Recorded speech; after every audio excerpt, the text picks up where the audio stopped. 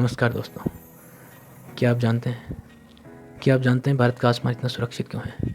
आजकल हम इस दौर से गुजर रहे हैं। पिछले 4-5 दिन से लगातार हमले हो रहे हैं। भारत का एयर डिफेंस सिस्टम ने बहुत ही कमाल का काम करके दिखाया है। लेकिन इन सभी चीज़ों की डिटेल में आज हम बात करने वाले हैं कि क्या कारण है कि भारत का आसमान इतना सुरक्षित है और हवाई खतरे, बड़े बड़े हवाई खतरों को भारतीय जो एयर डिफेंस सिस्टम है वो पलक झपकते ही तहस नहस कर रहा है। इन चीज़ों की गहराई के बारे में आज हम बात करने के लिए यहाँ इकट्ठे हुए हैं। और आगे जैसे कुछ इसमें तथ्य इस प्रकार से हैं कि भारत के पास शुरू से ही जो है रक्षक प्रणाली पे रक्षा बजट भारत का अच्छा खासा रहा है। तो इस बजट के चलते भारत को ऑब्वियसली भारत आयात भी बहुत करता है, जैसे कि रशिया, इजराइल से अच्छी एयर डिफेंस सिस्टम जो हैं वो आयात कर रहा है।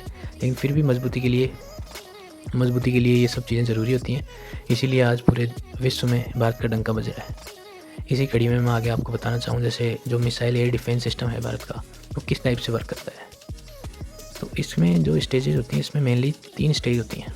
जो अपना जो डिफेंस सिस्टम होता है, एयर डिफेंस सिस्टम, ये मेनली 3 इसके प्रोसेस स्टेप्स होती हैं। जैसे फर्स्ट स्टेप होती है इसकी डिटेक्शन, सेकंड होती है कमांडिंग और थर्ड होती है अटैकिंग। तो 3 जो स्टेज होगी, फर्स्ट डिटेक्शन। ऐसे डिटेक्शन जो स्टेज होती है उसके अंदर क्या होता है कि ये जो मिसाइल अपनी सरफेस टू एयर मिसाइल्स होती हैं, वैसे सारी S2A जिनको बोलते हैं। हाँ, तो डिटेक्शन में होता है, मतलब हमारी जो मिसाइल का डिटेक्शन सिस्टम है वो घुसपैठिए जो मिसाइल आती है, अटैकर की जो मिसाइल आती है उसको डिटेक्ट करती है। ये स्टेप जितनी प्रिसाइज होती है उतना ही बेटर चांस होते हैं कि दुश्मन की घुसपैठिए की मिसाइल को मार गिराया जाए। तो फर्स्ट स्टेप ये होगी। सेकंड में आता है कमांडिंग सिस्टम। कमांडिंग सिस्टम में होता है कि जो आपने डिटेक्ट किया, जो मतलब मिसाइल ने घुसपैठिए की मिसाइल डिटेक्ट की, उसका कमांड आगे अटैकिंग पोजीशन को ट्रांसफ़र करना, जिससे आगे अटैक किया जा सके। और इसी तरह ये तीनों स्टेप्स होती हैं। अटैक जो थर्ड स्टेप होती है उसमें सिंपली अटैक किया जाता है और घुसपैठिए की जो मिसाइल होती है उसको तहस नहस कर दिया जाता है। इसी में अपने पास जैसे मेन अपने जो भारत में बनाई हुई है, मेक इन इंडिया के तहत भी आप इसको मान सकते हैं। तो उसके तहत पृथ्वी एक बहुत ही बेहतरीन पृथ्वी हुई और आकाश एक जो anti missile anti air defence system. हाँ, आकाश, पृथ्वी जैसे एयर डिफेंस सिस्टम भारत के खुद के बनाए हुए हैं। और ये इनकी रेंज भी अच्छी खासी है। जैसे आकाश की रेंज तो लगभग 60-70 किलोमीटर्स की रेंज है और पृथ्वी की रेंज लगभग 30-40 किलोमीटर्स की रेंज पृथ्वी एयर डिफेंस सिस्टम की है।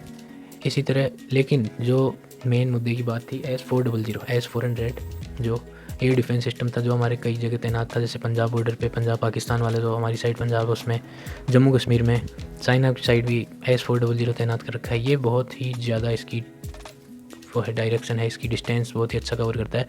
इसमें क्या होता है, 400 किलोमीटर की जो रेडियस है उसके अंदर ये कोई भी मिसाइल, कोई घुसपैठिए की मिसाइल अगर आती है तो उसको वो हवा में मार गिराता है। ये S400 की खासियत है। अच्छा, ये अपन ने कहाँ से लिया? ये अपन ने रसिया से इम्पोर्ट किया हुआ है। बहुत ही अच्छी टेक्नोलॉजी है। वैसे ज़रूरी नहीं ये सब बॉर्डर एरिया पे लगे। कुछ जगह से दिल्ली, मुंबई, जहाँ घनी आबादी का क्षेत्र है, यहाँ भी ये लगाई जाती हैं। कुछ अच्छी VIP सिक्योरिटीज़ के समय पे ये यूज़ की जाती हैं। लेकिन ये आज की तारीख में या फिर पिछले 7-8 मई, 9 मई आज है, तो इन 2-3 दिनों में एक वो चक्र के रूप में कार्य कर रहा है। सुदर्शन चक्र जिसको कहते हैं, मतलब एक सुरक्षा कवच बन के खड़ा हुआ है। सुरक्षा कवच बन के खड़ा हुआ है देश के लिए और बहुत ही शानदार डिफेंस सिस्टम हमारा कार्य कर रहा है। इन्हीं बातों के साथ मैं आज की चर्चा को विराम देता हूँ। और भी किसी टॉपिक पे आपको जानकारी चाहिए तो प्लीज़ बताइए कमेंट में। आगे आइए चैनल पर करते हैं चर्चा।